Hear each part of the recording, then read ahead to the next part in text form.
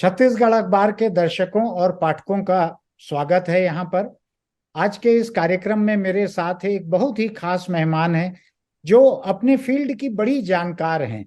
मैंने एक पखवाड़े पहले इनका एक पॉडकास्ट सुना था, जिस दिन हिंदुस्तान और चीन की आबादी बराबर आने और हिंदुस्तान की आबादी चीन से आगे बढ़ जाने की बात आ रही थी। उस दिन मैंने इनका एक पॉडकास्ट सुना था और उस दिन से मेरी दिलचस्पी पूनम मुटरेजा से बात करने में थी, जो कि पॉपुलेशन फाउंडेशन ऑफ इंडिया की एग्जीक्यूटिव डायरेक्टर हैं। मैं कल मुझको एक जरूरत महसूस हुई जब भोपाल से एक खबर आई और उस खबर को बहुत से मीडिया ऑर्गेनाइजेशन ने, बहुत सी वेबसाइटों ने, अखबार ने इसको एक सनसनीखेज खबर की तरह इसको आगे बढ़ाया और मुझको लगा कि मैं किसी जानकार से इस बारे में बात करूं। तो मैंने दिल्ली में कुछ हेल्थ सेक्टर में काम करने वाले पत्रकारों से बात की। उन्होंने मुझको पूनम मुटरेजा का नाम कहा कि वो इस सब्जेक्ट पर एक अथॉरिटी हैं, वो बहुत जानकार हैं, वो बहुत काम करती हैं, मुझको उनसे पूछना चाहिए। तो हम उन्हीं के पास चलते हैं सीधा। पूनम, आपका बहुत स्वागत है हमारे इस कार्यक्रम में।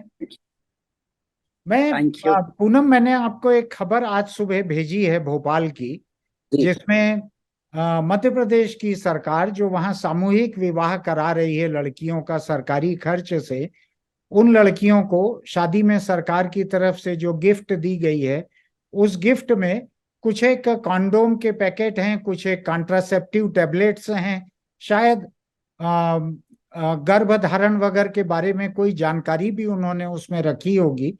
सरकार का जी मकसद वही दिख रहा है। इसको मध्य प्रदेश के कुछ मीडिया ने इसको बहुत सनसनीखेज तरीके से पेश किया। इसको मध्य प्रदेश की कांग्रेस पार्टी ने अपने ट्विटर अकाउंट पे लिखा कि ये शर्मनाक है, बेशर्म हो गई है सरकार। तो मैं आपसे समझना चाहता हूं, आप महिलाओं की सेहत पे बहुत काम करती हैं, एडवोकेसी का काम करती हैं, कई राज्यों की पॉपुलेशन की पॉलिसी उसको आपकी संस्था डिसाइड कर रही है, बना रही है। तो मैं आपसे जानना चाहता हूं कि एक लड़की की शादी हो रही है और जाहिर तौर पर बालिग है लड़की, चूंकि सरकार शादी करवा रही है, तो उसको शादी के तोहफे में अगर एक बक्से में बंद करके गर्भ निरोधकों को दिया जा रहा है, तो ये कितना बड़ा जुर्म है और ये कितनी शर्मनाक बात है। ये बिल्कुल शर्मनाक बात नहीं है और ना ही ये जुर्म है। दिस किट इसे कहते हैं, नई पहल किट, जो सरकार 217 से न्यूली मैरिड कपल्स को दे रही है। ये शुरुआत हुई थी 146 डिस्ट्रिक्ट्स जो हाई फर्टिलिटी डिस्ट्रिक्ट्स हैं, वहां सरकार ने एक एमपीवी प्रोग्राम शुरू किया था जो महिलाओं को सबसे पिछड़े हुए इलाकों में फैमिली प्लानिंग और रिप्रोडक्टिव हेल्थ के ऊपर एक सपोर्ट कार्यक्रम है, जिसका बहुत फायदा लोगों को हुआ। देखिए, जो सबसे गरीब महिला है और जो सबसे पिछड़ी हुई जो इलिटरेट महिला है, उसको फैमिली प्लानिंग सर्विसेज और बाकी भी हेल्थ सर्विसेज बहुत कठिनाई से मिलती हैं। जी ना ही उनकी एजेंसी है या विमेन एम्पावर्ड नहीं है जो एक्सेस करे फैमिली प्लानिंग को। और यही महिलाएं हैं जिनके बच्चे ज्यादा होते हैं, और बच्चे ज्यादा होना मेरा मतलब इससे है कि देश में हमारे according to government data, NFHS national family health survey, 18% महिलाएं 6 महीने से पहले देवर unmet need for family planning इसे कहते हैं। मतलब जो महिला फैमिली कम बच्चे पैदा करने चाहती है या उसके 2 या 3 हो गए हैं और बच्चे नहीं चाहती, उनकी एक अनमेट नीड है। तो कोई भी बच्चा अनवांटेड नहीं होना चाहिए, जी कोई भी महिला प्रेग्नेंट नहीं होनी चाहिए अगर वो नहीं चाहती। न्यूली मैरिड कपल्स का जो सिलसिला है वो सबसे मुश्किल है, क्योंकि इंडिया के जो सोशल कल्चरल नॉर्म्स हैं, जी हम चाहते हैं कि एक महिला की शादी हो और 9 महीने में वो अपनी फर्टिलिटी को प्रूफ करे, जी चाहे वो बच्चा चाहती है कि नहीं, उसकी तैयारी है कि नहीं, उसका इमोशनल, फिजिकल, मेंटल मैच्योरिटी है कि नहीं, उसको बच्चा पैदा करना है। तो सरकार का ये जो इनिशिएटिव है नई पहल किट का फॉर न्यूली वेड्स, में उसका हमेशा स्वागत किया है। और जो आंकड़े बताते हैं NFHS 4 और 5 के बीच में, जहां जहां ये नई पहल और पूरा कार्यक्रम सरकार ने किया है, बहुत महिलाओं को फायदा हुआ है। तो जब लोग ऐसे टिप्पणी करते हैं और संसदीय खेद खेद न्यूज को बना देते हैं, चाहे वो पॉलिटिक्स कर रहे हैं, पॉलिटिकल पार्टीज या न्यूज़पेपर्स, कुछ किसी ने सेंसेशनल बोला तो उसको छाप दिया। अरे पता तो करिए हमारी स्थिति क्या है, हमारी महिलाओं की क्या जरूरत है। तो ये एक महिलाओं के ऊपर एक बहुत बुरा अटैक है, मैं इसको कहूंगी, कि आप महिलाओं की बॉडीज और एक गर्भवती महिला को की समझ और सोच आप समझ नहीं सकते कि उसको क्या क्या तकलीफ होती है जब अनवांटेड चाइल्ड होता है, या शादी के तुरंत बाद सिर्फ एक ही ऑब्सेशन होती है, अरे परिवार में आप एडजस्ट करें, अपने हस्बैंड के साथ एडजस्टमेंट। और सबसे अच्छी बात तो इसमें यह है कि ये कपल को दिया जाता है। अब तक महिलाओं की जिम्मेदारी है बच्चे पैदा करना, फैमिली प्लानिंग करना, और उनके ऊपर सारा भार है बच्चा चाइल्ड केयर।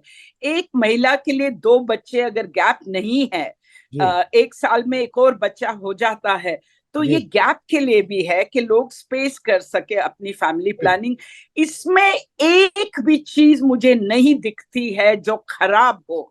ये सोचे बिना, समझे बिना टिप्पणी करना और महिलाओं को लेके बिल्कुल इनसेंसिटिव है। और मैं इसका एकदम बहुत स्ट्रांगली इसको अपोज करती हूँ, और आपके माध्यम से लोगों को रिक्वेस्ट करती हूँ, चाहे मीडिया हो चाहे पॉलिटिकल पार्टीज हो, कि महिलाओं को लेके पॉलिटिक्स नहीं करिए और सेंसेशनलाइज नहीं करिए। ये महिलाओं की जरूरत है। और मैं आपको बताना चाहती हूँ कि इस नई पहल किट में ग्रूमिंग, हाइजीनिक प्रोडक्ट्स भी हैं, प्रेगनेंसी किट है, गॉड फॉरबिड्स तुरंत वो प्रेग्नेंट हो जाए तो प्रेगनेंसी किट है टेस्ट करने का।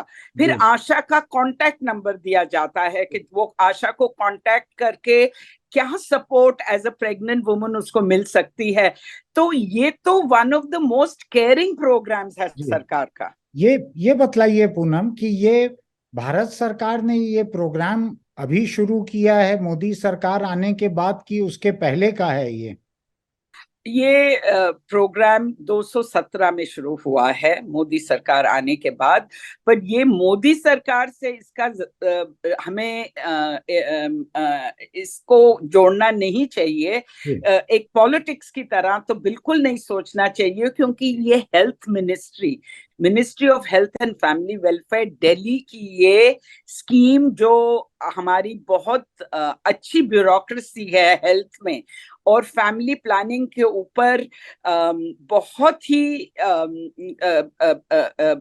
प्रोग्राम्स और इम्प्रूवमेंट्स हुई, क्योंकि हमारे जैसे लोग भी बहुत हल्ला कर रहे थे, चिल्ला रहे थे महिलाओं की जरूरत है।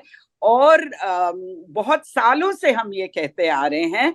और अब सरकार ने, स्टेट गवर्नमेंट्स ने भी और सेंट्रल गवर्नमेंट ने भी इस स्कीम को अडॉप्ट किया है। ये एक सेंट्रल गवर्नमेंट की स्कीम है और इसका पूरा क्रेडिट मैं ये ब्यूरोक्रेसी को देना चाहूंगी, जो कार्य और आशा को, इसमें सबसे बड़ी भूमिका आशा है। अब तो यहाँ तो आपके ग्रुप मैरिज हुई थी, समूह की शादी हुई थी, पर इंडिविजुअल भी जो न्यूली वेड कपल्स हैं उनको आशा हर गांव में ये किट प्रोवाइड करती हैं। ये लोग सब सो रहे थे, इनको मालूम भी नहीं कि 217 से ये स्कीम चल रही है और बहुत सक्सेसफुल है।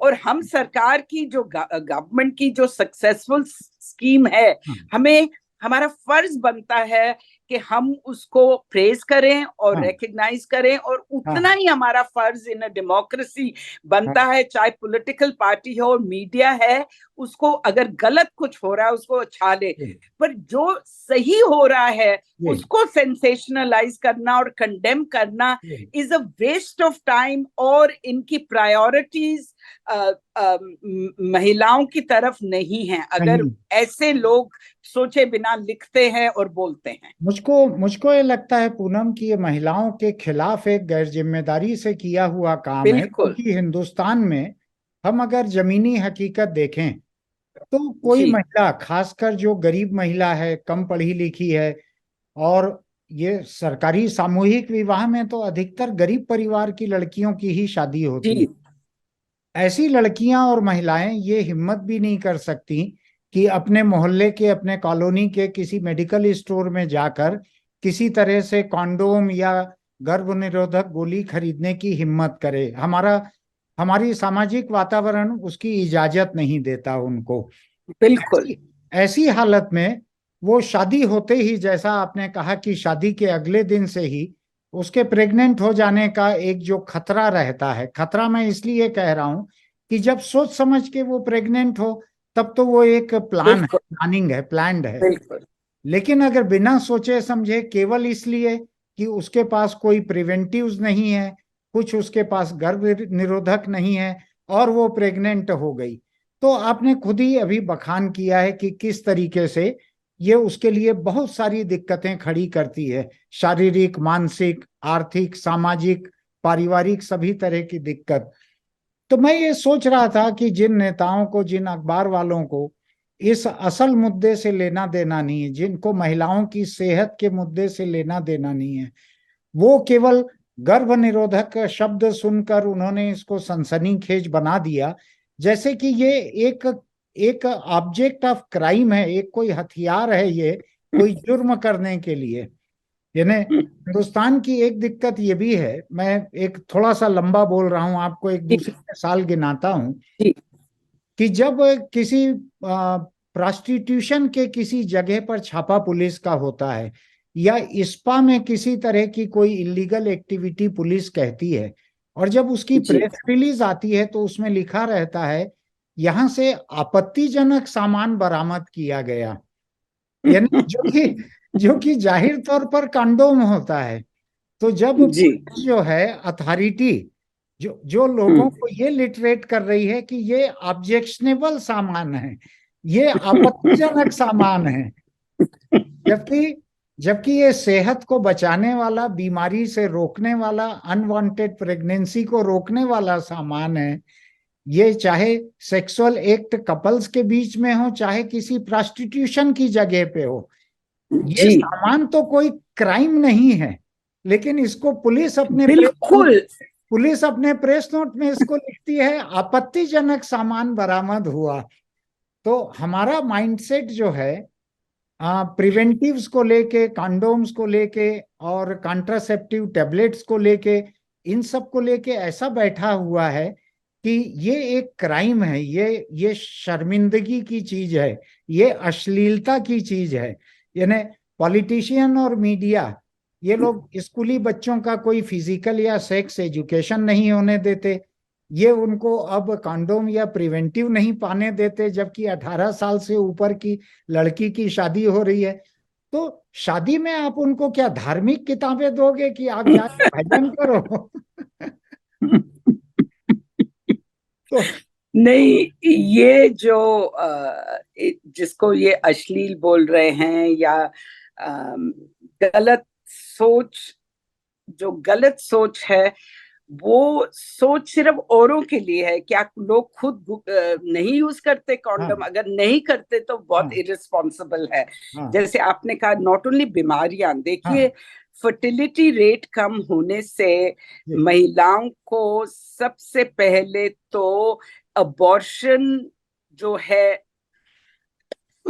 ए, इंडिया में 16 लाख अबॉर्शन, मिलियन अबॉर्शन हर साल होते हैं, और ये अंडर एस्टिमेशन है। 16 मिलियन। एंड दीज आर, हाँ, these are not teenage pregnancy, ये है महिलाएं, मेनली शादीशुदा महिलाएं जो बच्चे नहीं चाहती हैं, या उनके 2 बच्चे हो गए हैं या गैप चाहती हैं 2 बच्चों के बीच में, वो महिलाएं अबॉर्शन के लिए जाती हैं। इससे अच्छा तो फैमिली प्लानिंग प्रोग्राम हो, क्योंकि अबॉर्शन 90% अनसेफ होती है। 8% महिलाएं जो अबॉर्शन द्वारा गर्भपात करती हैं, 8% की तो मोर्टेलिटी हो जाती है, मतलब डेथ हो जाती है, और 1 महिला मरती है तो 20 महिला जीते जीते मरती हैं, क्योंकि अबॉर्शन जैसे होता है अनसेफ अबॉर्शन इंडिया में। तो गर्भ निरोधक तत्व उसके लिए बहुत जरूरी हैं। एक ये, दूसरा देखिए हमारी मैटरनल मोर्टेलिटी, चाइल्ड मोर्टेलिटी कितनी हाई थी। हम लोग अफ्रीका के मुकाबले माने जाते थे। एक फैमिली प्लानिंग होने से मैटरनल मोर्टेलिटी और चाइल्ड मोर्टेलिटी भी कम हुई है देश में। महिला के स्वास्थ्य का जो है उसको सोच के अगर लोग कमेंट करें, या महिला जिसकी आपने कहा कि उसके पास साधन भी नहीं है और ना ही उसके पास एम्पावरमेंट है कि वो जाके अपने आप ढूंढे, या अपने पति को भी, एक महिला जो अपने पति के साथ फैमिली प्लानिंग नेगोशिएट करती है उसका चरित्र पे सवाल उठाया जाता है। और हियर सरकार आदमियों, महिला और आदमी, ब्राइड और ब्राइडग्रूम दोनों को दे रही है। ये गिफ्ट सिर्फ महिला के लिए नहीं है, दोनों के लिए है। और इसलिए कि पुरुष भी इन्वॉल्व हों, क्योंकि देखिए चाहे वसेक्टमी हो, पुरुष तो 0.3% भागीदारी है, जबकि विमेन की 50 से ज्यादा 67% विमेन गर्भ निरोध के लिए नसबंदी करती हैं। तो नसबंदी को देख के भी आपको पता चल सकता है कि हमारे मर्द कितना रिस्पॉन्सिबिलिटी ले रहे हैं। तो ये तो सरकार मर्दों को भी बीच में, अच्छी बात है कि ये पुरुषों और महिलाओं दोनों को गिफ्ट किया जा रहा है। और जो कॉन्डम है वो ऑल्सो प्रोटेक्ट करता है, HIV एड्स हो, बाकी तमाम इन्फेक्शंस हैं। तो ये जो कॉन्डम्स, शर्म आती है सिर्फ महिलाओं को ने, मुझे पुरुषों ने बताया है। जैसे कि मैं आपको बताऊं, हम जो सीरियल बनाते हैं, मैं कुछ भी कर सकती हूँ, सीजन 3 जो दूरदर्शन पे आया है बहुत साल और बहुत पॉपुलर हुआ है, हम मिनिस्ट्री में गए और उनसे बात करने के सीजन 3 में सरकार की जो नीतियां हैं और सरकार क्या पुश करना चाहेगी, क्या चाहेगी, हम इस पे फोकस करें सीजन 3 में। तो हमें एडिशनल सेक्रेटरी ने कहा कि देखो कॉन्डम्स को नॉर्मलाइज जरूर करिए, कॉन्डम के यूज को, और ये भी एक्सेप्ट करिए कि पीपल आर सेक्सुअली एक्टिव। जो ये रिस्पॉन्स आपको आया, ऐसे तो ये लोग ऐसे बिहेव कर रहे हैं जैसे इंडिया में सेक्स नहीं होता, शादी के अंदर और बाहर हर जगह। तो उन्होंने फिर एक उदाहरण दिया एडिशनल सेक्रेटरी ने, कि देखिए मैं पुरुष हूँ, मुझे भी शर्म आती थी मेरी डिस्ट्रिक्ट में जाके कॉन्डम खरीदना। तो जब मैं दूसरी डिस्ट्रिक्ट में जाता था तो मैं कॉन्डम्स लेकर आता था, तो हम उनको टीज कर रहे थे कि आप एक्सपायर्ड कॉन्डम्स तो नहीं यूज कर लेते, इतना स्टॉक ले आते हैं। तो बात यह है कि पुरुष भी शर्माते हैं, specially a newly married young man जाएगा दुकान में, उसको भी शर्म आएगी। और दूसरा, कम्युनिटी में सबको पता चल जाता है कि ये आया है, और ये एक प्राइवेट इशू है लोगों के बीच में। ये प्रेस में उछालने का मुद्दा है ही नहीं कि लोग प्रोटेक्टेड सेक्स कर रहे हैं, अनप्रोटेक्टेड सेक्स, सेफ सेक्स, ये सब एक बेडरूम की बात है, एक घर के अंदर की बात है। ये इस पे ऐसे उंगली उठाना, मैं समझती हूँ कि आपने जैसे कहा, ये इररिस्पॉन्सिबल है और ये इनका मतलब ही नहीं बनता। कितने मुद्दे हैं इंडिया में इनको फोकस करने के लिए। महिलाएं बैठी हैं दिल्ली में, हमारी गोल्ड मेडलिस्ट, उनके बारे में सोचिए जिनको का शोषण हुआ है। या आप जानकारी लीजिए कि कितनी महिलाएं इंडिया में हैं जो अनवांटेड बच्चे को पैदा उनको करना होता है, 18% जैसे मैंने बोला। और कहीं तो वो फिगर्स बहुत ज्यादा हैं, जो बैकवर्ड एरियाज में या कम पढ़ी लिखी महिलाएं और गरीब महिला में तो अनमेट नीड 25% के करीब है। इसका मतलब 1/4, 4 में से 1 बच्चा जो पैदा होता है हमारे देश में वो अनवांटेड है, जो बिल्कुल गलत है और एक महिला का अधिकार को वायलेट करता है। Safe pregnancy. जी, आप जो कह रही हैं पूनम, उसमें एक बात मुझको लग रही है कि एक शादीशुदा जोड़े के बीच भी एक औरत की कोई आवाज नहीं होती कि अपने हस्बैंड को कह सके कि वो अभी बच्चा नहीं चाहती, तुम अभी कोई कॉन्डोम यूज कर लो, तुम मेरे लिए कोई दवाई ला दो। उसका कोई से नहीं रहता।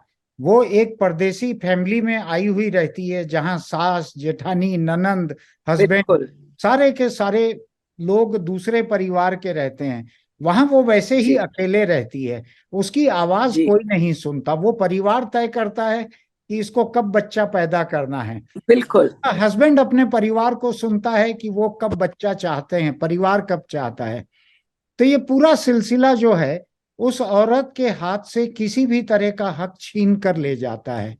ऐसे में अगर सरकार का एक तोहफा उसके हाथ में एक छोटी सी सहूलियत दे रहा है कि एक गुंजाइश कि हो सकता है कि ये मौजूद रहे वक्त पर, तो शायद हस्बैंड उसकी बात को मान ले।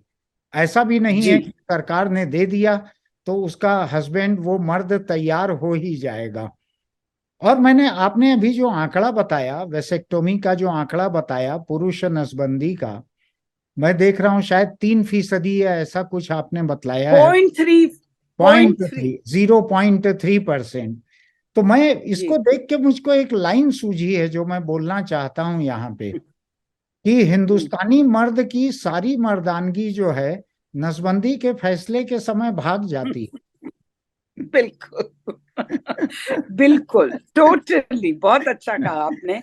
इनफैक्ट मैं हमेशा कहती हूँ कि हमारे जो पुरुष है उनको ये नसबंदी को लेके और कॉन्डम को लेके सिर्फ अपना प्लेजर याद आता है कि हमारे लिए हमारा प्लेजर नहीं होगा।